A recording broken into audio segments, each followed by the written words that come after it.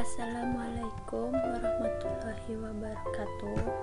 Saya Zulaika akan menjelaskan tentang studi kelayakan bisnis dari aspek hukum.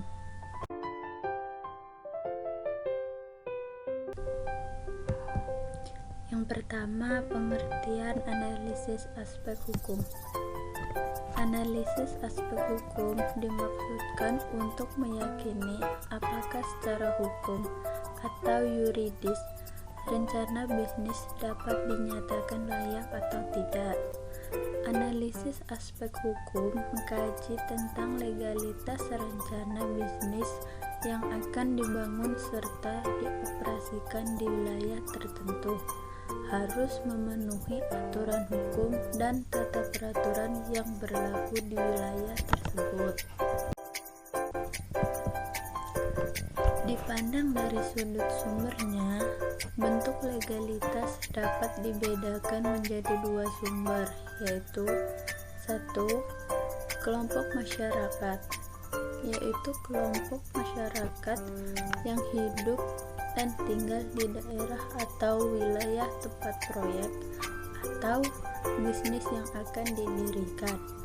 2. Pemerintah, yang merupakan bagian dari struktur dan sistem pemerintah Indonesia, termasuk lembaga pemerintah dari desa sampai negara serta instansi atau lembaga atau departemen yang membidangi sektor-sektor tertentu. 2. Faktor yang menjadi dasar dalam penilaian kelayakan bisnis. Untuk mengetahui apakah suatu rencana bisnis diyakini layak dari segi hukum dapat dipelajari dari berbagai sisi. Di antaranya adalah bentuk jenis usaha, identitas pelaksana bisnis, bisnis apa yang akan dikerjakan, waktu pelaksanaan, dan tempat di mana rencana bisnis tersebut akan dilaksanakan. Dalam aspek hukum dan legalitas ini, ada beberapa faktor yang dijadikan dasar dalam penilaian kelayakan. Faktor-faktor tersebut adalah 1. Badan hukum apa yang sesuai untuk dijadikan bentuk formal badan usaha yang akan didirikan. 2. Komoditas usaha termasuk jenis barang dagangan atau komoditas yang diperbolehkan atau dilarang undang-undang. 3. Cara berbisnisnya melanggar hukum agama atau tidak. 4. Teknis operasional mendapatkan izin dari instansi atau departemen atau dinas terkait atau tidak. 3. Jenis-jenis badan hukum usaha. Dalam praktiknya, jenis badan hukum yang ada di Indonesia sebagai berikut. 1. Perseorangan. Perusahaan perseorangan merupakan perusahaan yang dimiliki oleh perseorangan atau hanya seorang. 2. Firma. Firma adalah perusahaan yang didirikan oleh dua orang atau lebih dan menjalankan perusahaan atas nama perusahaan. 3.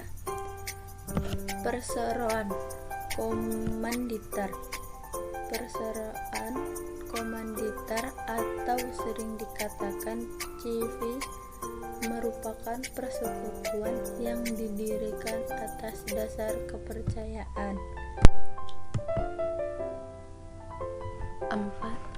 Perseroan terbatas atau PT. Perseroan terbatas merupakan badan hukum perusahaan yang paling banyak digunakan dan diminati oleh para pengusaha. 5. Perusahaan negara. Perusahaan negara atau PN adalah perusahaan yang didirikan berdasarkan undang-undang. 6. Perusahaan daerah. Perusahaan daerah merupakan perusahaan yang didirikan dengan suatu peraturan daerah. 7. Yayasan. Yayasan adalah badan usaha yang tidak bertujuan untuk mencari keuntungan dan lebih menekankan usahanya pada tujuan sosial. 8. Koperasi. Menurut Undang-Undang Nomor 25 Tahun 1995, koperasi adalah badan usaha yang beranggotakan orang-orang atau badan hukum koperasi dengan melandaskan kegiatannya berdasarkan prinsip koperasi, sekaligus sebagai gerakan ekonomi rakyat berdasarkan asas kekeluargaan. 4. Jenis-jenis dokumen yang diteliti dalam analisis aspek hukum. Secara umum, dokumen-dokumen yang akan diteliti sehubungan dengan aspek hukum adalah sebagai berikut. Yang pertama, bentuk badan usaha.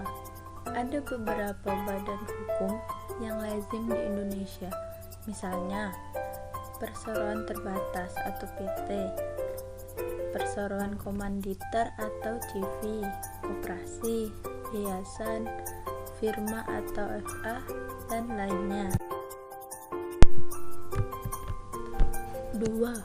Bukti diri, yaitu kartu identitas dari para pemilik usaha yang dikeluarkan oleh kelurahan setempat yang dikenal dengan nama kartu tanda penduduk atau KTP. 3. Tanda daftar perusahaan atau TDP. Setiap perusahaan yang beroperasi di Indonesia haruslah membuat surat daftar perusahaan sesuai dengan bidang usahanya masing-masing. 4. Nomor pokok wajib pajak. Nomor pokok wajib pajak merupakan hal yang penting untuk diteliti, apakah sudah dimiliki atau belum.